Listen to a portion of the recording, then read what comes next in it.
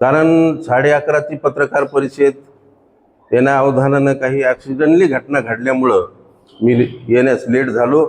तेव्हा आपले सर्वांचे या ठिकाणी मी आभार मानतो आणि आपण या ठिकाणी उपस्थित झालात तेव्हा आपले सर्वांचे या सामाजिक संघटनेच्या वतीने स्वागत करतो आणि पत्रकार परिषदेला सुरुवात करतो। धन्यवाद। जय भीम। तर या सामाजिक संघटनेचा 27वा वर्धापन दिन राज्यस्तरीय न्याय हक्क मेळावा 9 ऑगस्ट 2026 रोज रविवार महात्मा फुले हाल जळगाव रोड छत्रपती संभाजीनगर वेळ दुपारी 2:30 वाजता आयोजित करण्यात आलेली आहे। या मेळाव्यामध्ये मराठवाडा विभागातील बहुसंख्येनं आणि पश्चिम महाराष्ट्र आहे, विदर्भ आहे, या ठिकाणी प्रतिनिधी स्वरूपाचे कार्यकर्ते या मेळाव्यामध्ये उपस्थित राहणार आहेत। या मेळाव्याचे उद्घाटक सामाजिक न्याय मंत्री या संभाजीनगर जिल्ह्याचे पालकमंत्री संजयजी शिरसाट, प्रमुख अतिथी म्हणून बहुजन कल्याण मंत्री कॅबिनेट मंत्री अतुलजी सावे, साहित्यिक प्राध्यापक डॉक्टर ऋषिकेशजी कांबळे हे वक्ते म्हणून उपस्थित राहणार आहेत। प्रमुख उपस्थितीमध्ये उदगीर नगर परिषदेचे नगरसेवक निवृत्तीजी सांगवे कांबळे, नगरसेवक युवा नेते महेंद्र सोनवणे, वैजापूर पंचायत समितीचे सभापती एकनाथराव त्रिभुवन, प्राध्यापक प्रकाशराव सोनवणे, अन्य प्रमुख या मेळाव्याला उपस्थित राहणार असून या मेळाव्यामध्ये महाराष्ट्रातील ख्यातनाम गायिका कडूबाई खरात, कुणाल वराळे, बागुल या कलावंतासह साफसफाई कर्मचारी, उत्कृष्ट काम करणारे कर्मचारी, महिला बचत गटाच्या प्रमुख कार्यकर्त्या आणि गुणवंत विद्यार्थी या मान्यवरांचा सत्कार या मान्यवरांच्या हस्ते यांचा सत्कार करण्यात येणार आहे। सन्मान पत्र देऊन हा सत्काराचं आयोजन करण्यात आलेलं आहे। देशामध्ये आणि राज्यामध्ये फार मोठे बदल होऊ लागले आहेत। खऱ्या अर्थानं या राज्यामध्ये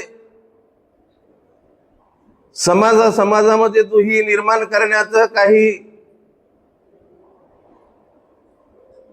जातीवादी लोक करत आहेत। सामाजिक एकजूट असताना ऐक्य फोडण्याचं काम काही समाजकंटक करत आहेत आणि म्हणून या महाराष्ट्रातल्या अनेक जिल्ह्यामध्ये भारतीय दलित पंथ या सामाजिक चळवळीनं अनेक कार्यक्रम दिलेत। संभाजीनगर हा ऐतिहासिक औरंगाबाद शहर डॉक्टर बाबासाहेब आंबेडकरांची कर्मभूमी आहे। या कर्मभूमीमध्ये कार्यकर्ते कमी आणि नेते जास्त झाल्यामुळं या ठिकाणी दुःख व्यक्त करावं असं वाटतं।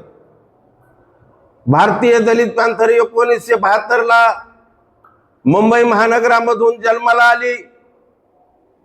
सत्ताधारी पक्षानं 3 वेळेस भारतीय दलित पंथ ही सामाजिक चळवळ तोडण्याचा प्रयत्न केला।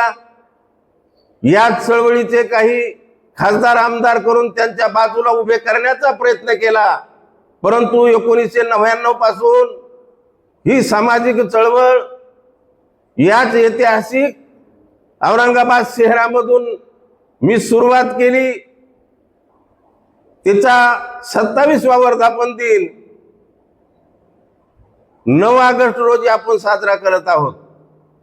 आणि त्याच माध्यमातून अनेक लोकांनी मला प्रश्न विचारले की तुम्ही कोणाला पाहुणा ठेवायचा, काय ठेवायचा, हा वैयक्तिक प्रश्न सामाजिक चळवळीचा आहे।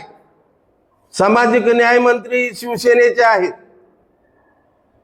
कॅबिनेट मंत्री हे बीजेपीचे आहेत, परंतु आम्ही त्यांना मतदान केलेलं आहे। मतदान केल्याच्या नंतर तो माणूस कुठल्याही जाती धर्माचा राहत नाही, त्यानं समाजाचं काम करावं। सामाजिक न्याय मंत्र्यानं समाजाचं काम केलं पाहिजे।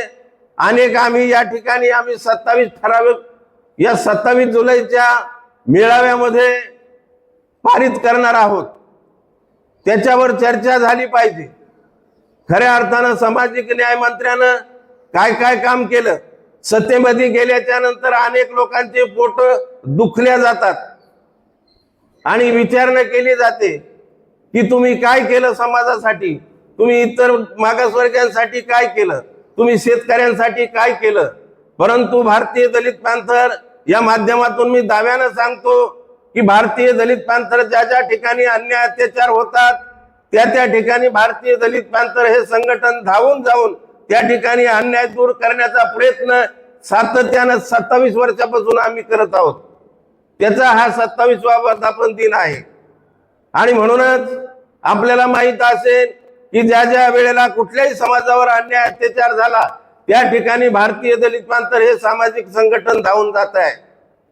आपल्याला माहित आहे की सोयगाव तालुक्यामध्ये बनोटी म्हणून गाव आहे, मदरसा आहे, त्या मदरशामध्ये डुक्कर कापून टाकलं, मस्जिदीमध्ये मौलांना मारलं, त्या ठिकाणी मस्जिद भारतीय दलित पॅंथरनं धुतल्या गेली, त्या ठिकाणी नमाज पडायला लावली आणि त्या ठिकाणी आपल्या समाज बांधवांना खऱ्या अर्थानं धीर देण्याचं काम या भारतीय दलित पॅंथरने केलं। गायरान जमिनी असतील, अन्याय अत्याचार असेल, त्या ठिकाणी त्यांना वाचा फोडण्याचं काम या भारतीय दलित पॅंथर या सामाजिक संघटनेने केलं। आजकाल चळवळी कोणाच्या चालत नाहीत, खासदार आमदाराच्या चळवळी चालतात। आज या ठिकाणी पत्रक काढण्याला देखील सामाजिक चळवळीजवळ बळ नसतं, आर्थिक बळ ह्या चळवळी ज्या चालतात खासदार आमदाराच्या चालतात। खऱ्या अर्थानं सामाजिक चळवळीला आता काही खऱ्या अर्थानं महत्व दिल्या जात नाही। त्याचं कारण असं आहे की सत्तेतले पुढारी आणि विरोधक सत्तेतल्या पुढाऱ्यावर मोर्चे काढतात आणि म्हणून ज्या काही दलित चळवळी होत्या, ज्या काही मागासल्या मनामध्ये ज्या चळवळी त्यांना न्याय देण्यासाठी काम करत होत्या, यांचं काम आता राहिलेलं नाही। आणि म्हणूनच परत एकदा भारतीय दलित पॅंथर या राज्यामध्ये जोमानं उभी राहत आहे। आता मी प्रत्येक जिल्ह्यामध्ये फिरलो, त्या ठिकाणी बैठका घेतल्या, परंतु त्या ठिकाणी आता खऱ्या अर्थानं सामाजिक चळवळीला भारतीय दलित पॅंथरला चांगले दिवस आहेत, प्रतिसाद मिळत आहेत, बरेचसे कार्यकर्ते या सामाजिक चळवळीला जुळत आहेत। परंतु शहरामध्ये राहणाऱ्या म्हणजे या ऐतिहासिक शहरामधले कार्यकर्ते जे आहेत ते काही आमुष्यापोटी, काही नगरसेवक पदासाठी, काही एखाद्या सदस्यासाठी किंवा एखाद्या नगरसेवकासाठी, सभापती पदासाठी हे अभिलेषापोटी हे जातीवादी संघटनेमध्ये जात आहेत। ठीक आहे, तुमच्या पद्धतीने तुम्हाला करा, परंतु डॉक्टर बाबासाहेब आंबेडकरांचं खऱ्या अर्थानं जर संविधान आपल्याला वाचवायचं असेल तर खऱ्या अर्थानं चळवळीची गरज आहे। आणि ह्या चळवळी निर्माण झाल्या त्या खऱ्या अर्थानं ज्या ठिकाणी मंदिर असेल, विहार असेल, त्या विहाराच्या माध्यमातून मस्जिद असेल, त्या ठिकाणी येऊन चळवळी निर्माण झालेल्या आहेत। आणि म्हणूनच आज खऱ्या अर्थानं मला इथल्या तरुणाला हे सांगायचं आहे की बाबा रे, तुमच्यावर अन्याय अत्याचार होतो, तुम्हाला 4 वेळेस मी आव्हान केलेलं आहे की सर्व पक्ष संघटना सोडा, आपण एकत्रित या। आता तुम्हाला माहित असेल की दिल्लीच्या जंतर मंतर ठिकाणी त्या ठिकाणी 36 दिवस आंदोलन चाललं, त्या ठिकाणी 21 ते 22 विद्यार्थ्यांचे त्या ठिकाणी खऱ्या अर्थाने त्यांचे जीव गेले, त्यांच्यावर अन्याय झाला, लाठीचार्ज झाला आणि मग तरी देखील आपला समाज जुळत नाही, आपला इथला कार्यकर्ता जुळत नाही, याची खंत या ठिकाणी मला बोलून दाखवायची वाटते। आणि म्हणूनच मी आजही आवाहन करतो की आपल्या सर्व ज्या काही दलित संघटना असतील, इतर संघटना असतील, ज्यांना चळवळीची गुरमी असेल, उर्मी असेल, त्यांना एकत्रित येऊन भव्य दिव्य असा मोर्चा काढण्याचं आयोजन आमचं चाललेलं आहे. या मेळाव्यामध्ये 27 ठराव आणि त्या ठिकाणी भव्य दिव्य मोर्चा असं या महाराष्ट्रामधून काढण्याचं भारतीय दलित पंथाचं मानस आहे. आणि म्हणूनच खऱ्या अर्थानं या मेळाव्याचं आयोजन या औरंगाबाद ऐतिहासिक शहरामध्ये याचं आयोजन करण्यात आलेलं आहे. वर्गीकरण के विषय में क्या कहेंगे?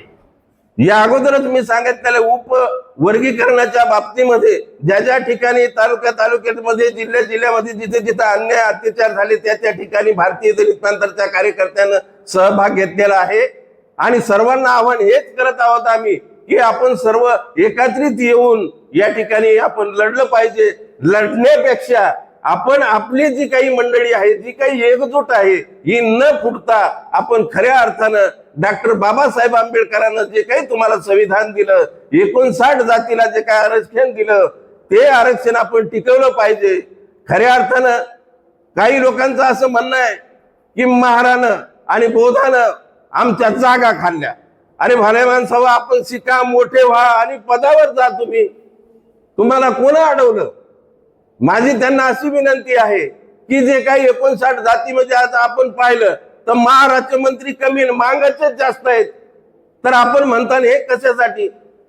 आणि म्हणूनच मला म्हणायचं आहे की न शिकलेले धोत्रे, ज्यांना धोतर काष्टाचं टांगी येत नाही, असे मंत्री करून टाकलेत की ज्यांना संसदेमध्ये 2 शब्द धाडाचे बोलता येत नाहीत, अशांना मंत्री केले. जे आंदोलन करतात, खऱ्या अर्थानं आंदोलन करण्याची जी बाजू आहे समजावून सांगितलं पाहिजे, विद्वान लोकांना सोबत घेतलं पाहिजे. हा खऱ्या अर्थानं भारतीय दलित पंथाचं आमचं म्हणणं आहे. आणि जे आंदोलन झाले खऱ्या अर्थानं त्या आंदोलनाला आमचा पाठिंबा आहे. परंतु त्या ठिकाणी उग्र रूप न घेता, एकमेकाला शिव्यागाळ्या न करता, विचाराची देवाणघेवाण करून खऱ्या अर्थानं हा लढा असला पाहिजे. हा लढा हा शासनाच्या विरोधात असला पाहिजे, हा जातीमध्ये नसला पाहिजे, असं माझं मत आहे. भारतीय दलित पंथ हे सामाजिक संघटन 1972 पासून आहे. 1999 पासून आपण चालवत असताना एक सेपरेट कार्यक्रम उपवर्गीकरणाच्या बाबतीमध्ये कशा पद्धतीचा द्यायचा ते भारतीय दलित पंथ आता या मेळाव्याच्या अगोदरच ठरवणार आहे. ती तारीख मेळाव्यामध्ये मी डिक्लेअर करणार.